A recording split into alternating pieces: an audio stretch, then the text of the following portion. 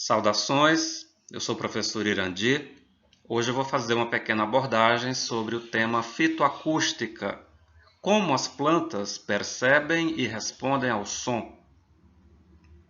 É um tema muito jovem no âmbito da biologia, mas já com muitos elementos passíveis de serem explorados. Até então era uma temática tratada de forma muito especulativa pela mídia, em que nós víamos muitas reportagens de plantas que cresciam mais ou produziam mais em função de serem expostas à música clássica ou heavy metal, com pouca base científica. Finalmente, nos últimos anos, os pesquisadores se interessaram pelo tema, se debruçaram sobre o tema e produziram muitas pesquisas que nos ajudam a entender, ou pelo menos começar a entender, o efeito do som sobre as plantas.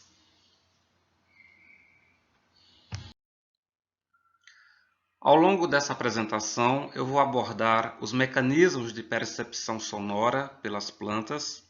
A partir dessa percepção, algumas vias de transdução de sinais desencadeadas, até a expressão de alguns genes responsivos ao som. Vou exemplificar algumas respostas das plantas à sua submissão a um padrão sonoro específico. Vou chamar a atenção para a importância da padronização sonora no estudo de fitoacústica e vou fazer inferência a algumas respostas que evocam uma memória acústica nas plantas. De uma maneira breve, eu gostaria de começar falando sobre as capacidades que as plantas têm de perceber o ambiente ao seu entorno. A biologia sensorial em plantas ela é muito restrita a explicar como as plantas percebem a luz e a gravidade. Porém, os estímulos ambientais aos quais as plantas são sensíveis são muitos. E embora nós conheçamos os efeitos desses estímulos na planta, nós não conhecemos o aparato e o mecanismo sensorial. E é interessante notar que as plantas, embora não tenham órgãos sensoriais típicos dos grandes animais para perceberem os diferentes estímulos, não significa que elas não percebam os mesmos estímulos. Por exemplo, nós não consideramos o termo tato nas plantas, mas nós sabemos que as plantas são muito sensíveis, sim, ao toque.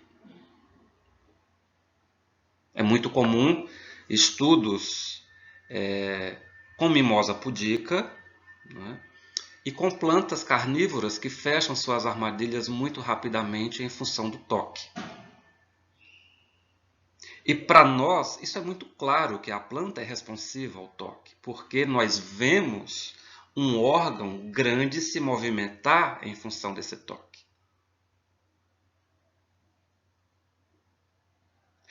Da mesma forma, as plantas podem distinguir diferentes cores da luz ou mesmo diferentes intensidades de luz. E isso é um atributo da visão, embora ela não tenha olhos. Mas tem fotorreceptores específicos para diferentes padrões da radiação, o que faz com que uma planta responda diferencialmente a um padrão específico de radiação. As plantas não têm nariz, mas isso não significa que elas não sintam cheiro. Até pouco tempo atrás, a ideia que tínhamos da interação planta-ambiente é que ela exalava compostos voláteis perceptíveis por animais do meio, mas nós não considerávamos a capacidade das plantas em elas mesmas perceberem os diferentes compostos voláteis que estavam no ambiente.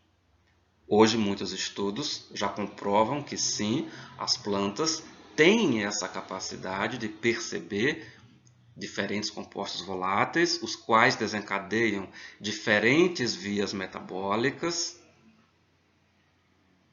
e que levam a diferentes respostas. Então, o fato da planta não ter olhos, não ter nariz ou não ter orelhas, não significa necessariamente que ela não tenha mecanismos de perceber os diferentes estímulos do meio. E o som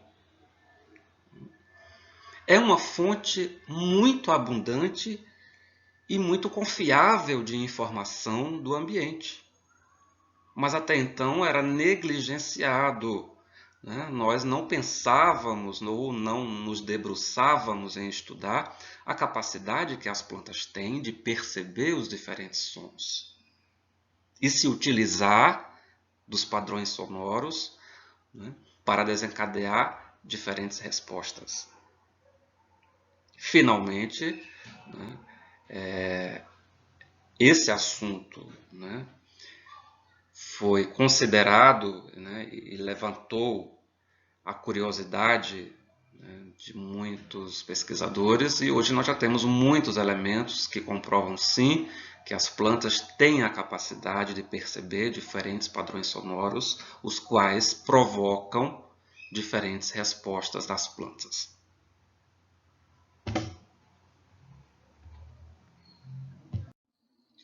É importante relembrarmos alguns elementos que compõem o conceito do som. Trata-se de ondas que se propagam em meio sólido, líquido ou gasoso. Ondas mecânicas que exercem um impacto mecânico nesse meio. Ou seja, que causa movimento de partículas. E essas ondas, elas podem ter diferentes frequências, o que significa dizer que eu tenho ondas com diferentes distâncias entre um pico de uma onda e o pico da outra onda. Quanto menor é a distância, significa que maior é a frequência de ondas, o que é medido em hertz, ou seja, são quantas ondas que passam por um ponto de observação por segundo. E é claro que, quanto menor é o comprimento das ondas, maior é o número de ondas que passará por esse ponto de observação em um segundo, dado que a velocidade de propagação de qualquer onda é a mesma. Então, o que varia aqui é a frequência. Uma outra característica da onda sonora é a amplitude, ou seja, a distância entre o pico da onda e o seu vale. Quanto maior é a amplitude, maior é o impacto que essa onda causará nas partículas do meio no qual ela se propaga. Se eu considerar que eu tenho esse padrão de ondas A e esse padrão de ondas B se movimentando no ar, o volume de ar deslocado por esse padrão A será menor que o volume de ar deslocado por esse padrão B, que tem maior amplitude. Essa amplitude é medida em decibéis, que corresponde ao volume de um aparelho sonoro. Se eu aumento o volume de um rádio, por exemplo, eu aumento o impacto que a onda sonora vai causar no meio no qual essa onda vai se propagar. Então, um número maior de partículas será atingida, será movimentada por essa onda que está se propagando. Eu posso ter ondas de mesma frequência, como é o caso aqui desses padrões A e B, em que a distância entre duas ondas é a mesma. Porém, nesse padrão B eu tenho uma maior amplitude. E eu posso ter a mesma amplitude, como é o caso de A e C, e de frequências diferentes, já que C tem uma menor frequência em relação a A.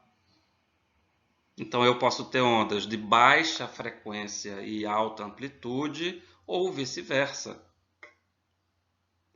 E esses padrões sonoros combinados, que chegam, em uma superfície sensível, ao som, vão provocar diferentes vibrações nessa superfície, e o padrão vibracional dessa superfície é característico de uma onda sonora específica, que é associada à memória de um organismo vivo, revela, a origem desse som.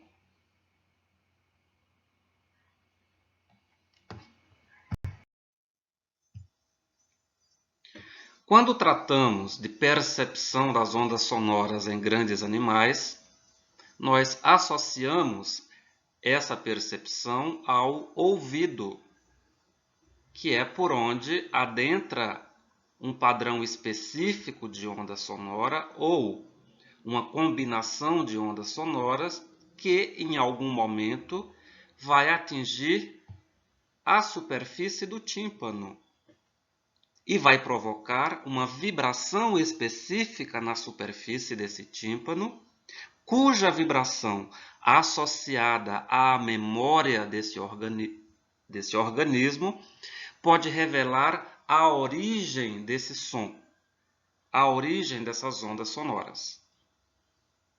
Porém, nem todos os organismos têm um aparelho auditivo complexo, como é o caso dos grandes animais. Mosca das frutas, por exemplo, não tem um aparelho auditivo parecido com esse dos grandes animais ou dos humanos. Elas percebem as vibrações sonoras pelas antenas, ou seja, pelo padrão de ondas sonoras que atinge a superfície da antena e que provoca uma vibração específica nessa superfície que, em função dessa especificidade vibratória, pode levar a mosca a identificar a origem do som. E aí, quando nós pensamos em plantas que não têm um órgão parecido com o ouvido dos grandes animais, não tem um órgão parecido com a antena das moscas, será que também teria a capacidade de perceber as ondas sonoras? Ou mesmo, será que um micro-organismo unicelular teria a capacidade de perceber ondas sonoras? É isso que a gente precisa discutir daqui para frente, porque tanto as plantas quanto micro-organismos, mesmo aqueles unicelulares, também têm capacidade de perceber ondas sonoras, mesmo, sem que tenham algum órgão específico para esse fim.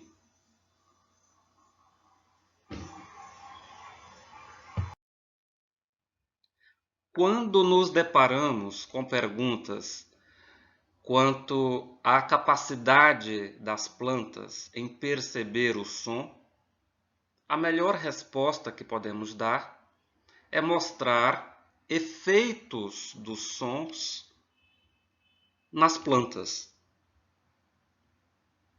E aí eu trouxe vários exemplos de respostas observadas em plantas em função da sua exposição a diferentes padrões sonoros.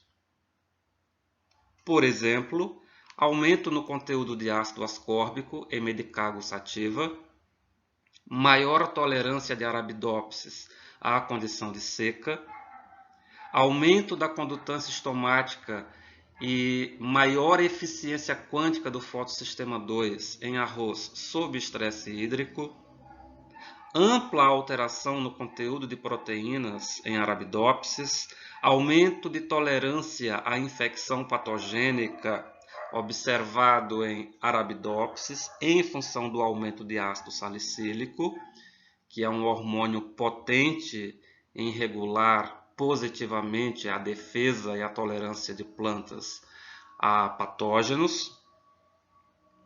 E um outro exemplo, aumento de tolerância de Arabidopsis à condição de estresse por calor. Então, são muitas as evidências de que as plantas respondem ao som de maneiras diferenciadas e não é possível que uma resposta aconteça sem que o organismo perceba o estímulo.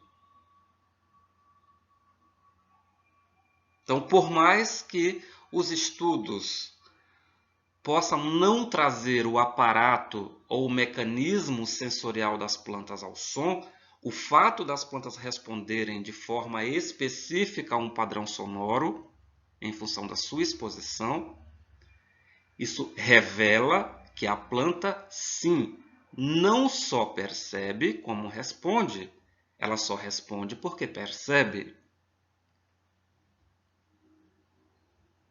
Então, daqui para frente, a gente vai abordar um pouco sobre esse mecanismo de percepção, sobre esse aparato de percepção das plantas ao som.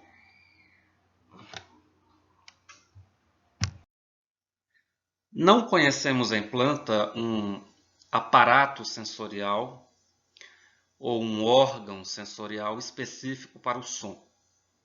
Por outro lado, não podemos esquecer que o som é um estímulo mecânico. A onda sonora é uma onda mecânica e que gera um impacto mecânico na superfície que toca ou no meio onde ela se propaga. Consequentemente, o som é mais uma fonte ou é mais um dos vários estímulos mecânicos que chegam à planta, assim como a chuva, como o vento, como o toque. E embora não conheçamos um sistema sensorial específico para esse impacto gerado pelo som, nós conhecemos um sistema sensorial das plantas aos estímulos mecânicos como um todo. Não podemos esquecer que as membranas celulares são recheadas de elementos mecanosensíveis e que naturalmente podem entrar em atividade quando vibrados ou quando pressionados por algum fator mecânico. E a partir dessa ativação, esses elementos podem desencadear uma cascata de sinalização na célula que leva a uma resposta específica a esse impacto mecânico. Dentre esses elementos mecanosensíveis presentes nas biomembranas, um muito importante são as enzimas sinases, sejam elas transmembrana, que fazem uma interligação direta do apoplasto para com o simplasto da célula, ou sejam elas ancoradas à membrana, mas projetadas à parede celular. Quando essas sinases são ativadas por algum impacto mecânico, naturalmente elas fosforilam algumas biomoléculas adjacentes a elas e dá-se início então a uma cascata de sinalização, mediada por fosforilação, que culmina em uma resposta fisiológica decorrente do impacto mecânico que esse órgão sentiu. Além das proteínas sinases, que são muitas, nós conhecemos, por exemplo, RLKs, RLPs, WACs, PERCs, todas elas mecanosensíveis. Nós temos também os canais mecanosensíveis. A maioria dos canais mecanosensíveis conhecidos presentes nas membranas são para cálcio, o que é fundamental para a sinalização secundária que o cálcio promove na célula em função dos diferentes estímulos. E isso não seria diferente para o estímulo mecânico. Dos canais mecanosensíveis presentes nas membranas, somente pensando aqui na questão do transporte de cálcio, nós temos os VICs, o MCA, o OSCA, o DEC1. E temos outros canais mecanosensíveis também para outros íons, como para cloreto e para potássio. Consequentemente, quando um canal mecanosensível é ativado, é comum haver o transporte, por exemplo, de cálcio do apoplasto para o citoplasma. E a partir de qual canal está transportando o cálcio, da quantidade de cálcio transportado, dentre outras nuances envolvendo a sinalização de cálcio, uma resposta poderá acontecer em função dessa sinalização mediada por esse cálcio que adentrou o citoplasma. Ou quando se entra, por exemplo, potássio, cloreto, haverá uma mudança osmótica nesse ambiente e que essa mudança poderá ser um sinal desencadeador de uma resposta mecanosensível.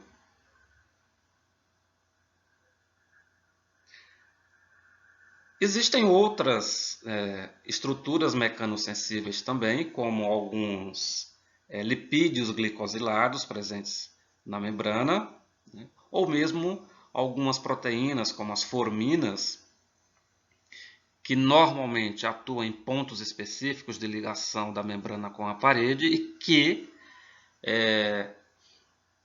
atuam diretamente na polimerização de elementos do citoesqueleto.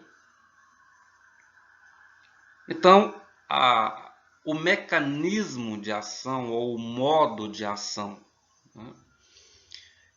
que envolve esses mecanosensores podem ser variados. E além desses mecanosensores poderem ser ativados diretamente pela pressão que chega à membrana, ou pela vibração que o estímulo gera na membrana, eles também podem ser ativados por pequenos fragmentos que se formam na parede celular em situações de impacto mecânico. Peptídeos podem se soltar de suas estruturas às quais estavam ligados, e ao tocar esses mecanosensores ativá-los, assim como Enzimas hidrolíticas de parede, também conhecidas como enzimas de remodelação de parede, podem entrar em atividade a depender da tensão sofrida pelo seu substrato. E isso dará origem a pequenos fragmentos, e esses pequenos fragmentos, ao ficarem soltos e porventura tocarem em mecanosensores, ativá-los e assim desencadear toda uma cascata de sinalização interdependente até que uma resposta, né, metabólica seja atingida, né, a partir dos estímulos percebidos por esses mecanosensores. Dessa forma, nós podemos concluir que, sim, as plantas podem perceber as ondas sonoras, uma vez que são ondas mecânicas, assim como diferentes outros estímulos mecânicos através dos mecanosensores de parede e de membrana, especialmente os de membrana. É claro que se nós fizermos alusão a um impacto muito forte, é possível que sensores do simplástico celular entrem também em atividade, além desses mais superficiais de parede e de membrana.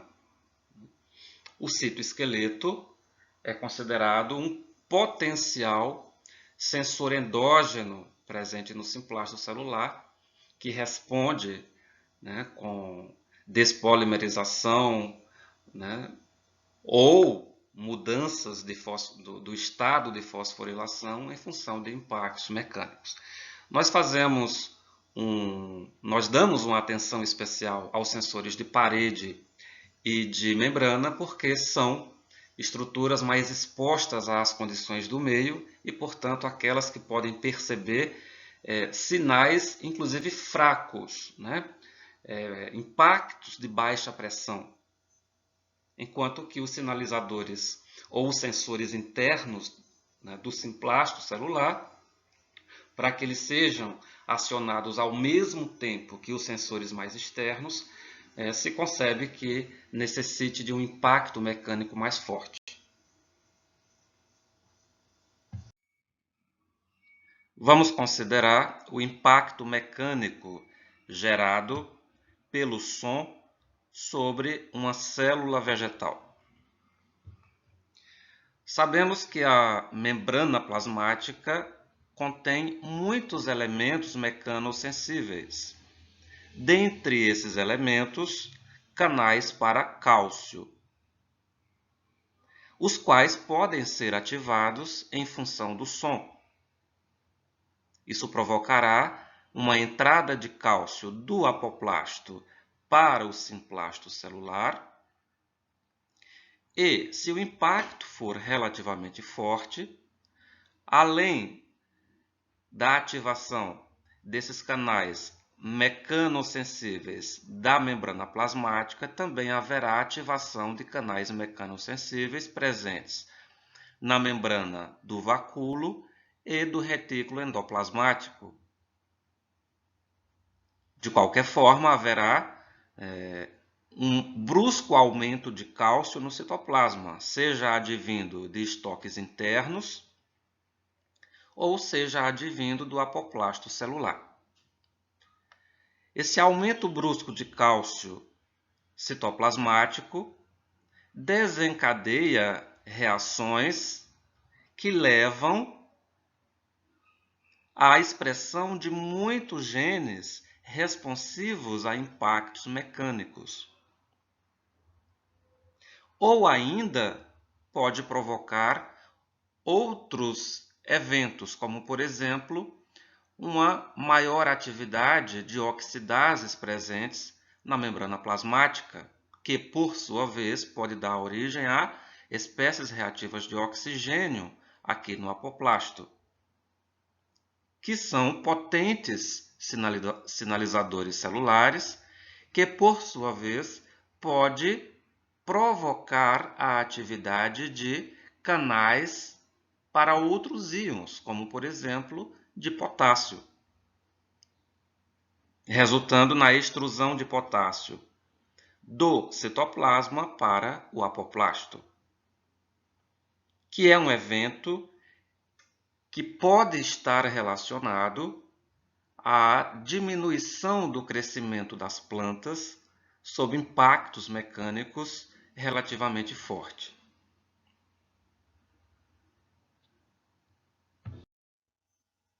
No intuito de se observar o impacto do som sobre a fisiologia da planta, foi realizado um estudo com Arabidopsis submetida a padrões sonoros específicos e feita uma análise de transcriptômica em que se observou que muitos genes se expressavam mais, enquanto outros genes se expressavam menos sob aquela condição acústica. Dos genes que se expressavam mais, muitos deles estão envolvidos com a sinalização celular, mediada por cálcio, mediada por fosforilação.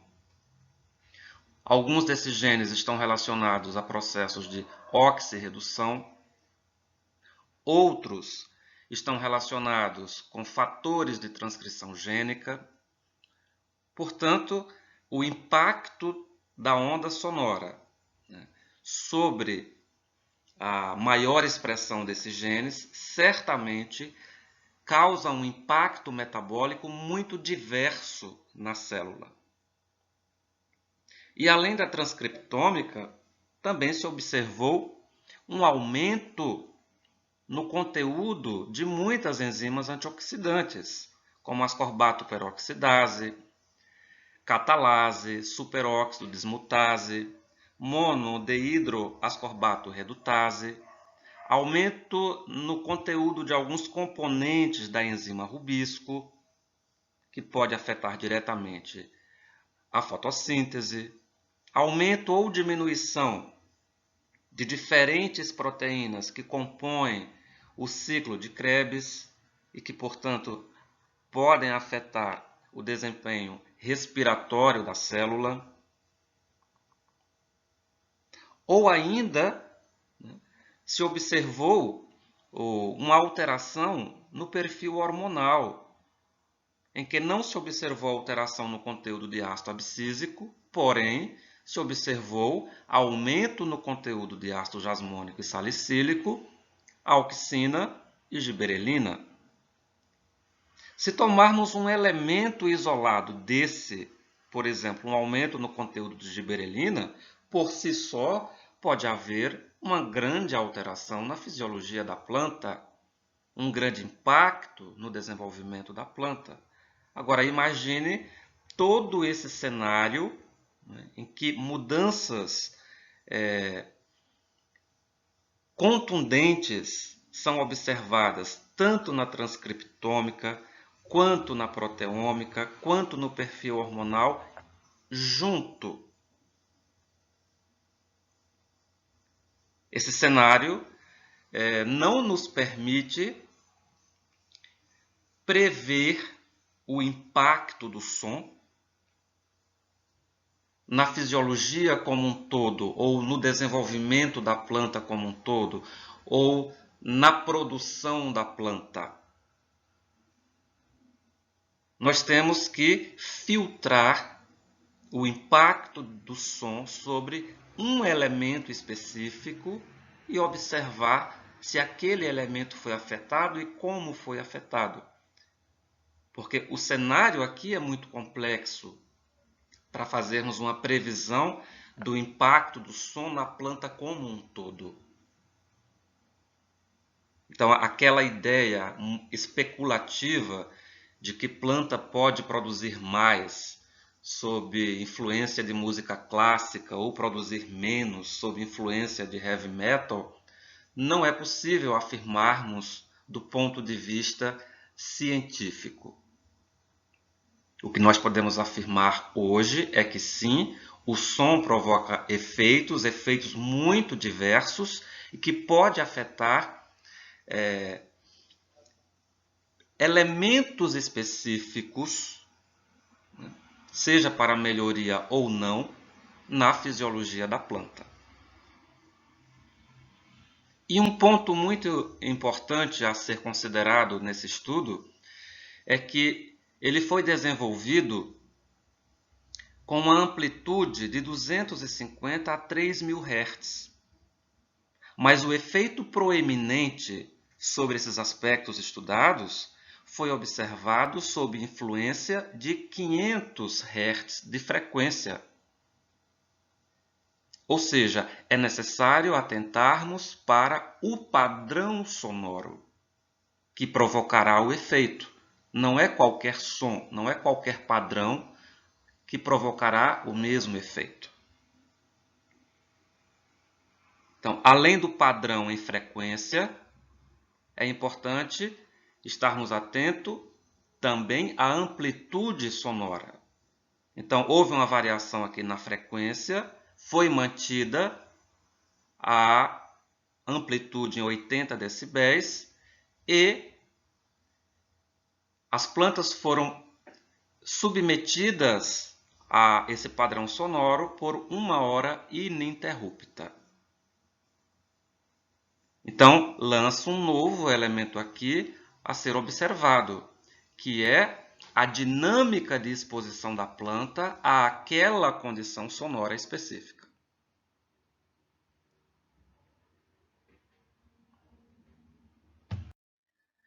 Além dos experimentos que já vimos, eu gostaria de fazer menção a outros, trazendo outras nuances nesse âmbito da fitoacústica.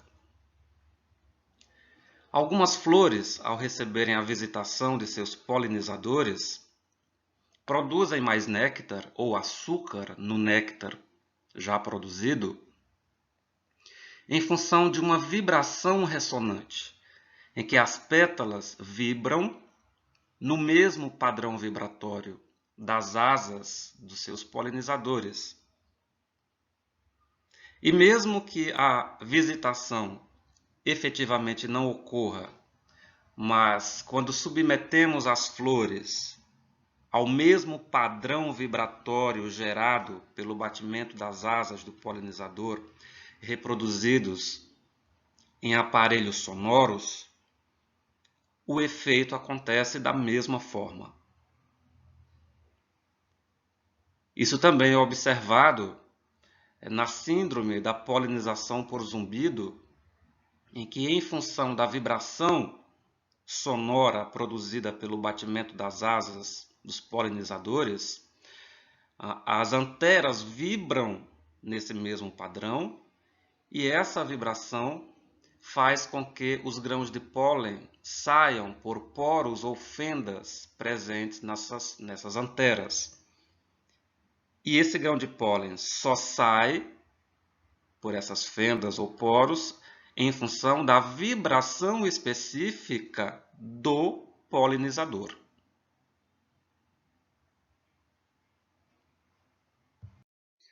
Outra nuance da fitoacústica é o fonotropismo, em que um órgão vegetal cresce na direção de encontro ou na direção oposta a uma fonte sonora. Em um experimento realizado com ervilha, nós temos a exemplificação dessa situação em mudas crescendo em canos bifurcados, em que na situação de solo muito úmido ou solo pouco úmido, as raízes cresceram na direção do solo muito úmido.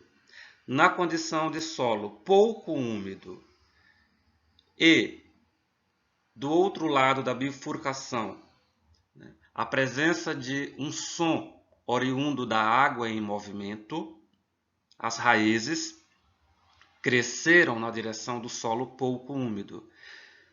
Nessa mesma condição de um som da água em movimento de um lado, mas com o solo muito seco do outro lado, as raízes tiveram esse fonotropismo positivo.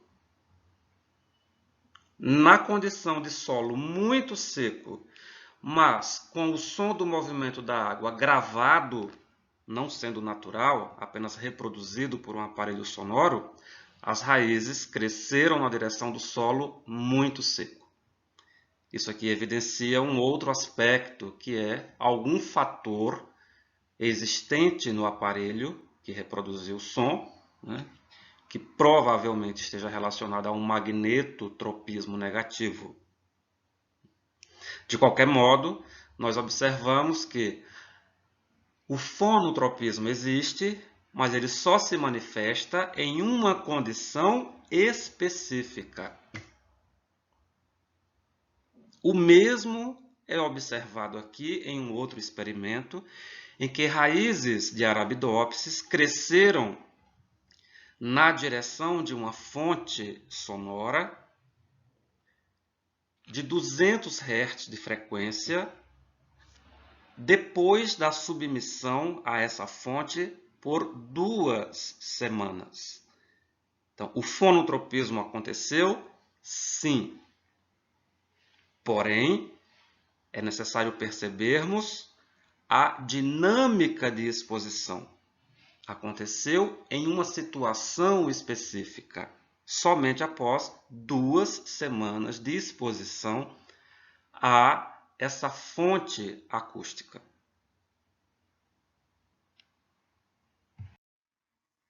Um outro experimento instigante foi realizado com a Arabidopsis sendo forrageada por uma lagarta específica ou simplesmente submetida a uma condição sonora da mastigação dessa lagarta, reproduzido e emitido por um aparelho sonoro. Em ambas as situações, as folhas de Arabidopsis produziram 32% a mais de glucosinolatos como uma forma de defesa química.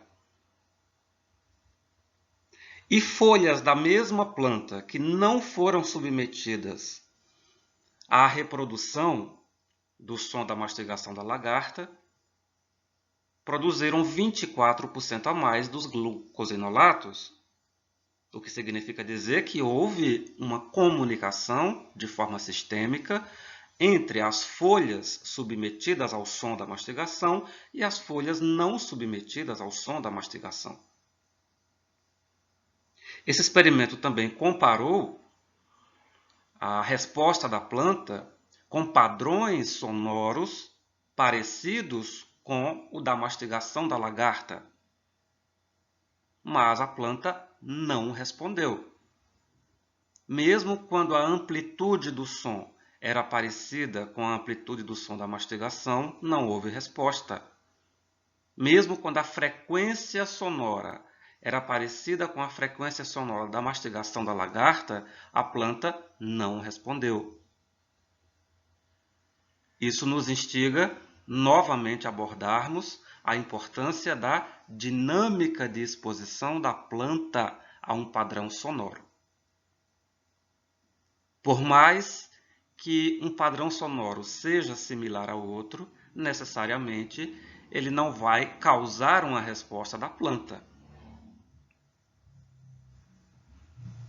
Por outro lado, se esse padrão sonoro for emitido em uma dinâmica específica de tempo, né, de exposição da planta a ele, essa resposta pode surgir. Respeitando o quê? A distância temporal entre os estímulos ou mesmo o tempo de permanência do estímulo. Agora, o que poderia justificar uma planta não responder a um padrão sonoro, puramente pelas características desse padrão, mas responder quando da sua exposição a uma dinâmica específica? Isso nos remete a uma provável memória acústica.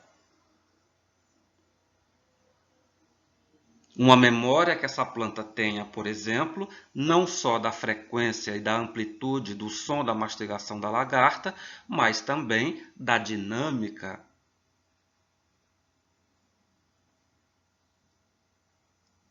E é uma resposta muito difícil de dissociar de uma memória que a planta tenha desse estímulo.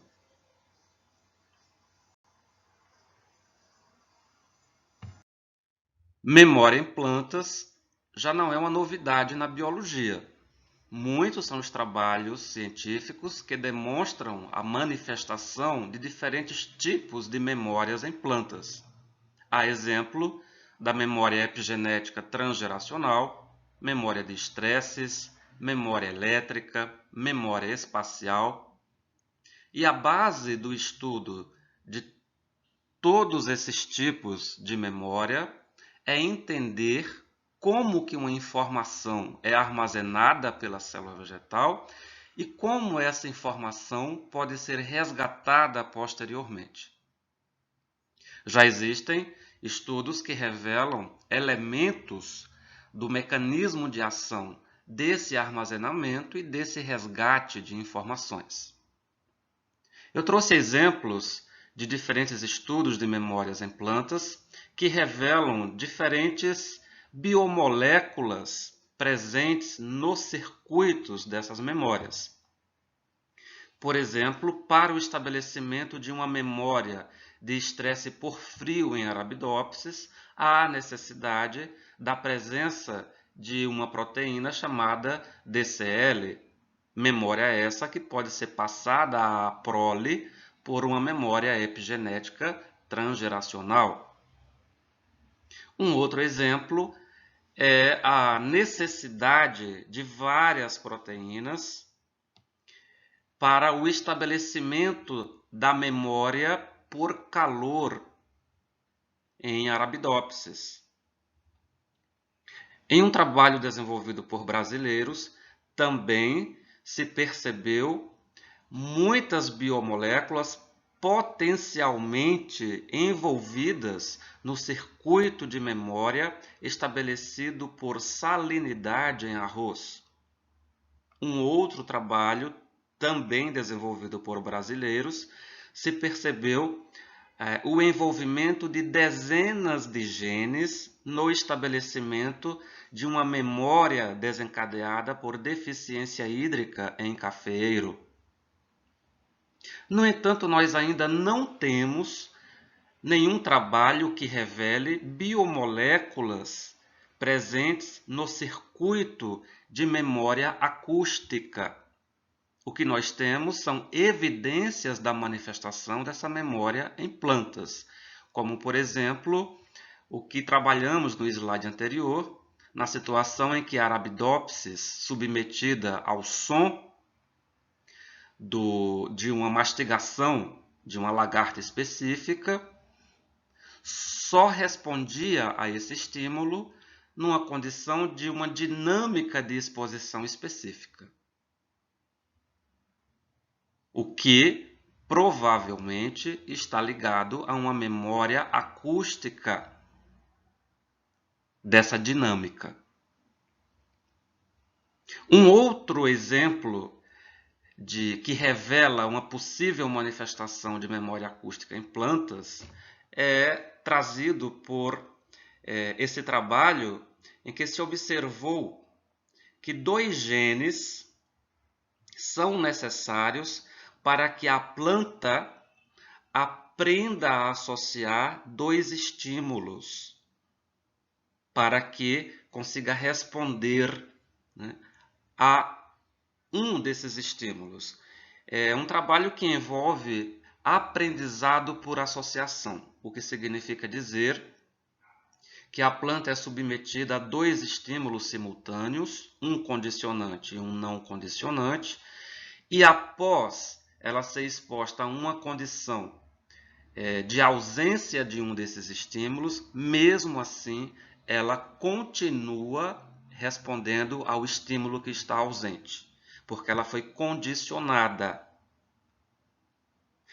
E no caso específico desse trabalho, o estímulo condicionante foi música. E o estímulo não condicionante foi o estresse por calor.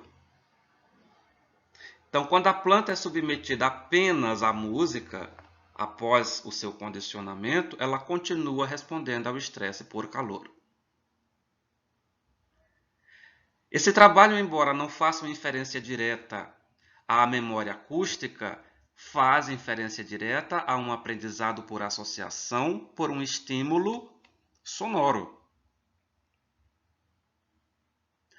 E aprendizado e memória são dois elementos indissociáveis.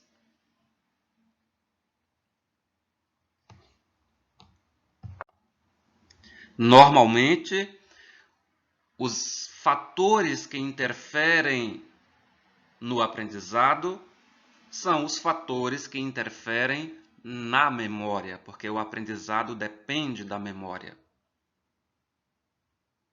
Então, é mais um exemplo de trabalho que revela, mesmo que de forma indireta, a manifestação de uma memória acústica.